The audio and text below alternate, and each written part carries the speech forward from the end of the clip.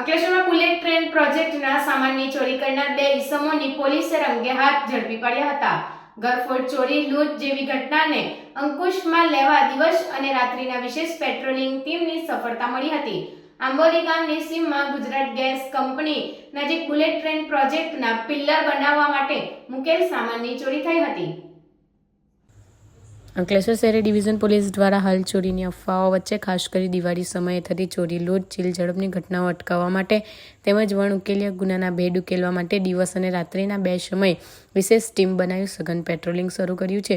જે અંતર્ગત ગત રોજ સુરતી ભાગોળ ઉમરવાડા રોડ પર એક ટીમ પેટ્રોલિંગમાં હતી. તે દરમિયાન ચોક્કસ માહિતી મળી હતી કે એક ઇકો ગાડી આંબોલી તરફથી સુરતી ભાગોળ આવી રહી છે, જેમાં ચોરીનો સામાન છે.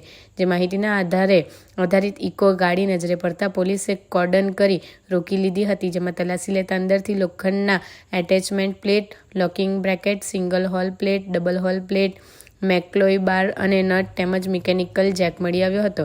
જે અંગે ગાડીમાં રહેતા આંબોલીના મુકેશ વસાવા અને વાલ્મીક વસાવા પાસે જરૂરી બિલ અને આધાર પુરાવા માંગતા અને ગલ્લા તલ્લા કરવા લાગ્યા હતા.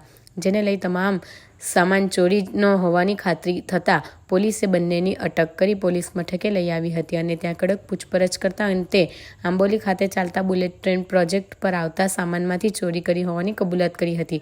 જે અંગે PIPG ચાવડા દ્વારા સિક્યુરિટી વિભાગનો સંપર્ક કરી જાણ કરતા સિક્યુરિટી વિભાગના ગમારામ ચૌધરી તેમજ ટીમ અંકલેશ્વર દોડી આવી હતી અને ચોરી થયેલ સામાન અંગે સાઇટ પર તપાસ કરી અંતે શહેર પોલીસ મથકે કુલ 92,600 રૂપિયાની ચોરીની ફરિયાદ નોંધાવી હતી.